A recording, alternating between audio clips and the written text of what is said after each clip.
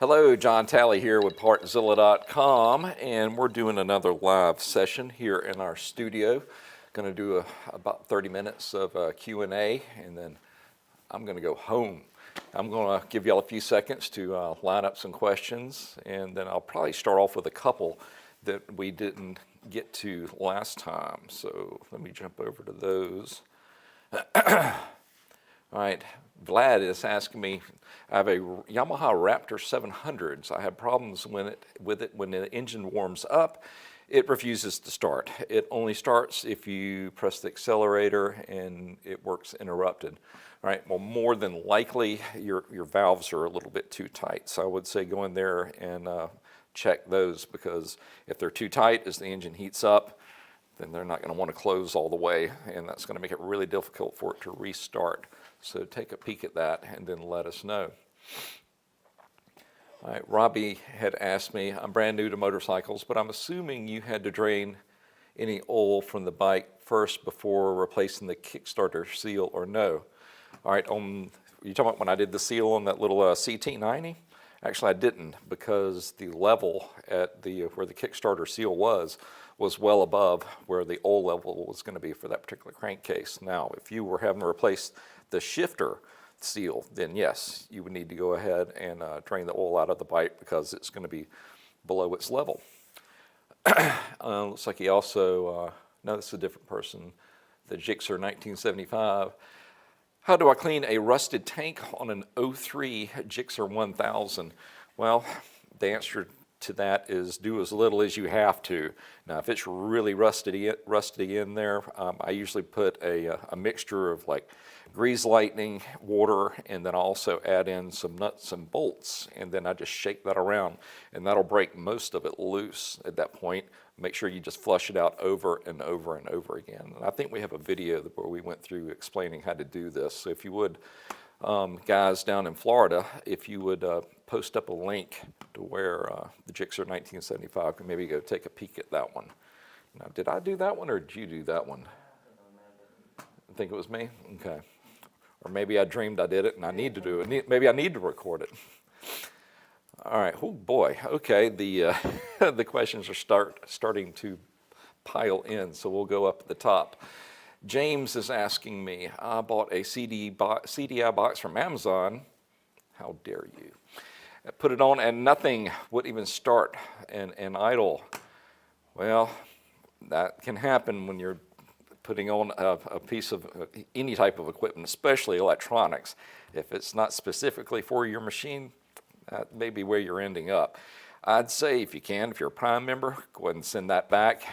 Come see us, and let's get the correct part out to you. And I'm sure we will be competitive on the pricing, especially considering that we deal mostly with factory OEM equipment, and we know it's going to work. All right. Tack has asked me, hi John, how do you have any clear gapper +2 steel brake lines for an 86 TRX 250R? Okay, you're asking me if we have any braided stainless steel lines for an 86 250R. Guys, once again, down in Florida, why don't you see if we have something like that on our site, and maybe send a link over to Tack. All right. Spencer is asking me, I have an 06 600RR, and it's ticking in between 5,000 and 6,000 RPMs. Changed out the CCT wasn't the issue. Have read it may be the second set of injectors that kick in at that RPM range. If so, is it safe to ride? I'm a little bit nervous about it myself, because I feel that you may be correct. And if those injectors are holding back, it's causing it to lean out, and you may be hearing it pre-detonate, and that will be really bad.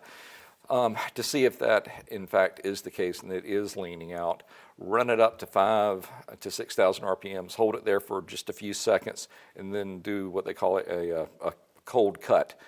Turn the ignition off and just coast to a stop. At that point, hopefully you're near your house or your trailer, pull one of the plugs and do a plug read, and that'll tell you what's going on at that particular RPM. All right, Paul says, okay, finally caught you online live. Well, good. Welcome to the event. Hello, Zayed. All right, Paul's asked me, did my key shear when the starter rope is being ripped from my hands on a 2004 Yamaha Bruin 350? The key probably didn't shear, because if it was sheared, then it wouldn't allow you to pull through, but it makes me wonder if that spring is actually recoiling to release its grip on it. So I would say there's something to do with, quote, quote, your starter clutch in there, not releasing in the opposite direction that it should. All right, under control here. So it looks like somebody threw away their carburetor. They gave up on it. And something about, Paul said, I've got to order a new crankcase gasket and chain and cam sprocket. The engine keeps jumping time. You know, you're heading in the right direction. All right, Zayed is asking me, I have a TRX 90. Can I use 100% synthetic oil? Actually, I wouldn't recommend it for that one, because you're not going to really get any benefits. And if you truly run a synthetic, the centrifugal clutch on the inside of it will probably start to slip, because it has to have a certain amount of friction, you know, and synthetic oil is so slippery, it may not allow that to happen. So I think I'd shy away from that and just go with a semi-synthetic at best. And I believe Honda's is the GN4 in the gold bottle, if memory serves. James says, I can't find a Mikuni carb for it. What is your make and model, James? And see if we can guide you in the right direction for that. All right, Daniel's asking me, are Wiseco pistons good? Well, the simple answer to that is yes. I'm a big believer in OEM, but I have no problem with the Wiseco brand, especially if you're tending toward the higher performance aspect of it. If it says Wiseco on the top of it, that means it's forged, and that makes a pretty big difference when you're talking about a higher end engine build. And I believe we've got a video that went through that explains the differences in between the cast piston and a forged pistons, and the advantages and disadvantages of one and the other. So if you would check our playlist for that, or guys, maybe drop the link in the chat to where Daniel can watch that. All right, that coal miner's coming back around. John, last week I asked if I could use an 07 case cover on an 04 YFZ 450. I assume you mean instead of 440. Yamaha had addressed the oil issue. I was wondering if you had time to look at it.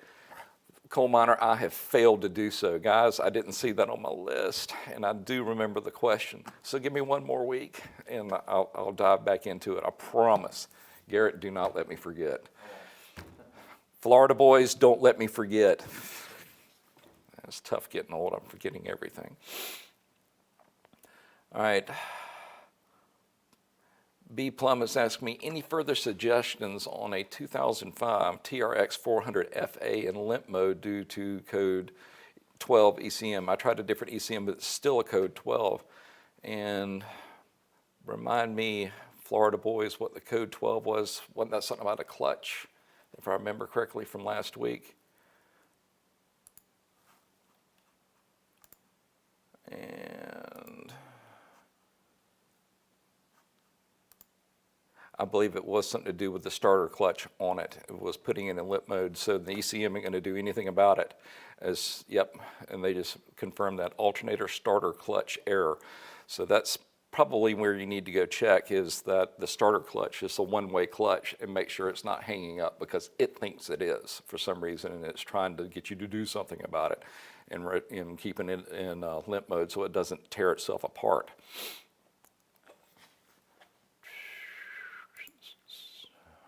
What else do we have here? Quit jumping around the screen.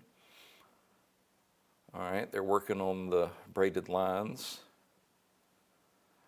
All right, will you do a video of replacing the boot cover on the drive shafts? Okay, that must be a four-wheel drive on a TRX 350 Rancher 2004.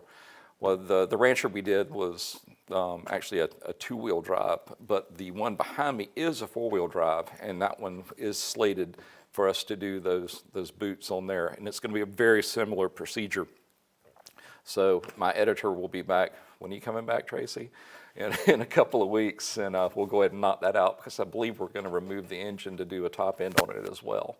So I can walk you through, but you're going to have to wait a little while before I can get to that one and then get it out live.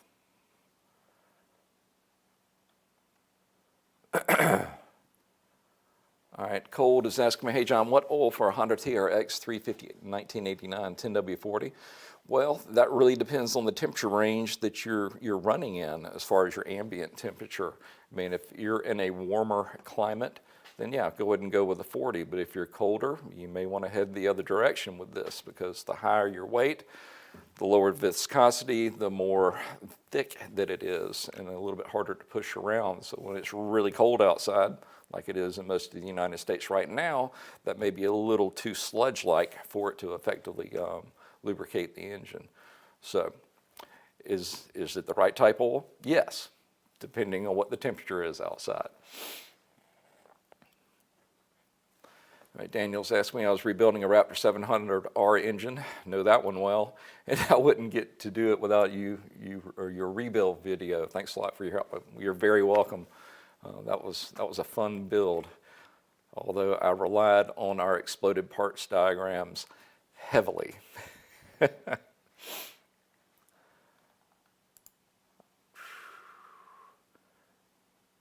You're welcome, coal miner.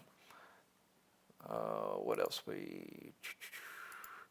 the TRX 90 takes 750 milliliters. Can I put in 800? I wouldn't overfill it, because when you do that, it actually it's too high in the crankcase itself, and it actually starts to foam up, and then it makes it hard for it to circulate. So if it says 750, you want to aim for that 750, and then of course just follow the dipstick wherever it tells you to set that level. That's what you should go for. All right, Paul's asking me, it's also very hard to pull the rope as well. I've got bad shoulders. Well, I've got shoulders, knees, hips, you name it. It kills me to get this thing figured out when I finally get the new starter relay going after watching your electronic review. That's what I was going to suggest. Shoot, figure out why that electric starter isn't working. It's a whole lot easier just to push that button. Yeah, I wouldn't want to try it. GPT is asking, would you rather an electric 450 frame or a Raptor or a Banshee? Are you asking me which one, if I'd like the 450R, the Raptor, or the Banshee? If I was going to be on a track, 450R. If I'm playing out at the dunes, Raptor 700. If I was on a drag strip, the Banshee, of course. So once again, it's how are you going to use it? All right, guys, what else we got going today before I lose my voice? What's that? I wanted to list a little bit. It's this is how to make his blaster engine last longer. His top ends wear out too soon. Okay. All right, my question would be is, what type of oil are you running? And when you said you've already rebuilt the top end, what equipment did you use? And last but not least, what break-in procedure did you use on it? So give me a little bit more information. When you do a top end on any machine, you want to break it in with just conventional motor oil. If you immediately go in with synthetic, it really doesn't seat the rings and wear in properly, and it just doesn't hone in like it's supposed to when it's too slippery. You run the conventional oil for a little while. I usually run my engines pretty hard straight out of the box, and I know we also did a video on the break-in procedure on a rebuild. So guys, if y'all would drop that in the chat as well, and let him read through my suggestions on breaking in an engine correctly. If you're using the OEM parts and the correct oil and then going through the right procedure, it should hold together just like it came from the factory. So I'm thinking you're missing one or more of those three different aspects. So watch that video and then get back to us as to what you may or may not have done wrong. I'd be curious to hear. Hello, Gareth Nichols. If I remember correctly, you're from Sweden. Glad you could join us again. All right. Starting to slow down a little bit. Let me go back to last week and see what else we had that I may not have answered before. All right, Kenneth had asked me, a Yamaha 700 Grizzly went dead on ride. Changed battery and all fuses. The display only has a backlight, comes on, no power to rear. It will turn over but will not start. I think I did answer this one actually. It rings a bell because this sounded like a wiring harness problem to me. So I think you're going to have to go wire by wire because something is systematically going wrong with your actual wiring harness itself. Sure, it ran for a while and then goes dead like that, and the different problems that you're talking about, it's not just one thing going wrong. It's something systemic, and that would point to a wiring harness. So I think you need to start digging in on those and go wire by wire. All right, we got a couple more coming through. Oh, Northern Ireland. Sorry about that. I knew it was somewhere in Europe.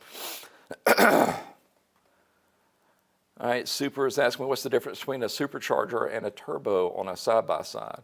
Well, it's really, the difference is, it doesn't matter which engine that it's on. A supercharger is usually belt-driven or driven off the crank somehow or another, whereas a turbo gets its action by using the exhaust gases to actually go through and spin a fan blade, and that fan blade has an accompanying other side that brings in an intake on a fan and then forces more air into the engine. Now they both accomplish the same feat, but they just do it in a little bit different way. I mean, the turbo, of course, it can rev higher because it's not limited by the RPM of the crank. And it also doesn't sap as much power from the engine, whereas the supercharger, it is a connection to the cranking force or the rotational force of the engine, and that saps some power out of it. Which one's better? Well, it depends on what you're using it for. With any turbo, but although they're getting a lot better, some type of turbo lag, you hit the throttle and it takes a little bit for that exhaust gases to start spinning the turbo and then forcing in more air. But once it gets going, Katie, bar the door, you better be holding on.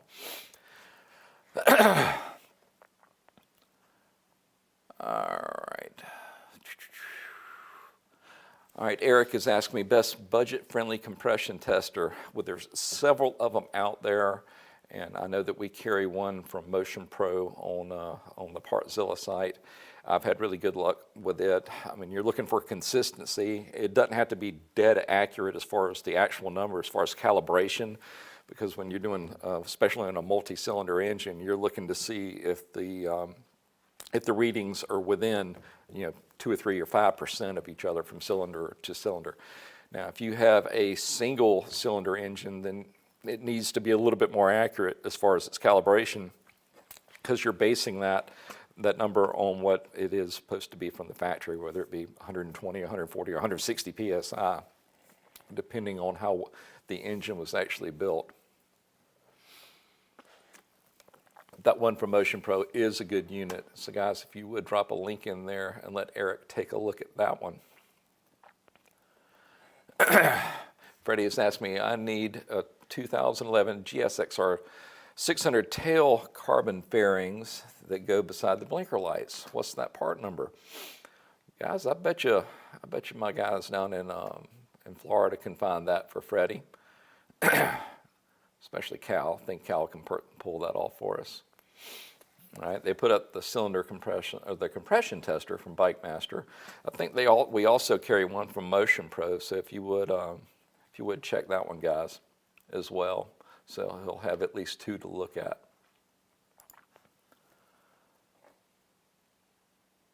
All right, I'm going to jump back to another question since I've caught up with y'all for once on the chat. Rich, FJR 1300, wonder what this question is going to be about. Hi, John, I was watching your video on how to test regulator rectifiers. What would be the more common type of failures on these? If the diodes fail on the forward bias portion, what would be the symptom? And if they fail on the reverse bias test, what would be the symptom? I'm thinking one overcharges the battery and the other one undercharges it. Is that right? My answer to that is could be. They can fail in so many different configurations as far as which diodes go out and which ones are still operational, plus the way the actual charging system or the regulator rectifier may be designed. The simplest one, of course, is just where you've got a series of diodes either in the forward or reverse bias configuration to change your waveform from, of course, an AC waveform over to a DC.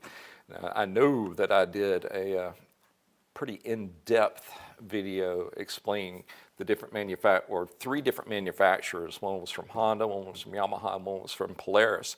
And I went through what the differences were on those three and how to test, or as far as you could test all three. You know, some like the simpler one, like the Honda, yes, you could actually get in there and use your multimeter to do a reverse and forward bias test of each individual diode. But as the regulator rectifiers become more complicated, it's harder and harder for you to basically look through that little narrow window with your multimeter to test them effectively. But guys, if you would bring up that particular video, drop it in the chat where he can go take a peek at it, where I'll go into a pretty in-depth explanation about the regulator rectifiers.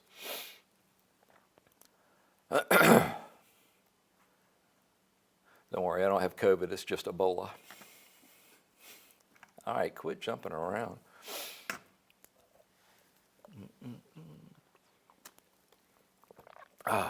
Last question, Cold War man. Last question, what's a good air filter for a TRX 350-89? You can't go wrong with the OEM, but if you want one that you can actually reuse and has a little bit better flow rate characteristics, I know that they make, they being K&N, makes one for that particular unit. Guys, if you would bring up the part number for that, maybe drop it over in Cold War man's lap, and he can take a peek at it. Marco's asking me, hello, what can cause misfires on cold starts? Thanks. There's a multitude of things that could cause that. But I would start with the simplest thing first. When was the last time you changed out your spark plugs? Sometimes a spark plug can be in the way, on its way to failing and starting to foul out, and it'll still spark, but maybe not with authority until it gets warmed up. So I would say start with your spark plugs first, then work your way back out. Check your wires for your spark plug, the actual wires that they come off of the coil, if it has one and doesn't have an integrated coil on top of it. Start with the simplest stuff first, then work your way back. But take a look at those plugs. Maybe time for new ones. They're not that expensive. Plus, it's a peace of mind. It may take care of it immediately. Shout out to New Zealand. Hello, New Zealand. Bunch of crazy, crazy people over there. I'd love to go visit that country. I watched some of their stuff on Top Gear, and y'all are entertaining, to say the least. All right, Tax said, Matt S. took care of me with the brake lines. Thanks, John. Good. Glad we could help out. All right, guys. Well, looks like we're starting to slow down, and my voice is starting to go down the tubes, so I think we're going to go ahead and call it a day. Listen, we just want to say thanks for coming by, spending a little time with us on this Friday afternoon. It's beautiful here, so I'm going to get out of this building and go enjoy some brisk, clean air and blue skies. Well, everybody, I want you all to have a great weekend, a great week, and God willing, we will see you again this coming up Friday at 3 o'clock. And until then, y'all take care of each other. Thanks. Have a great day.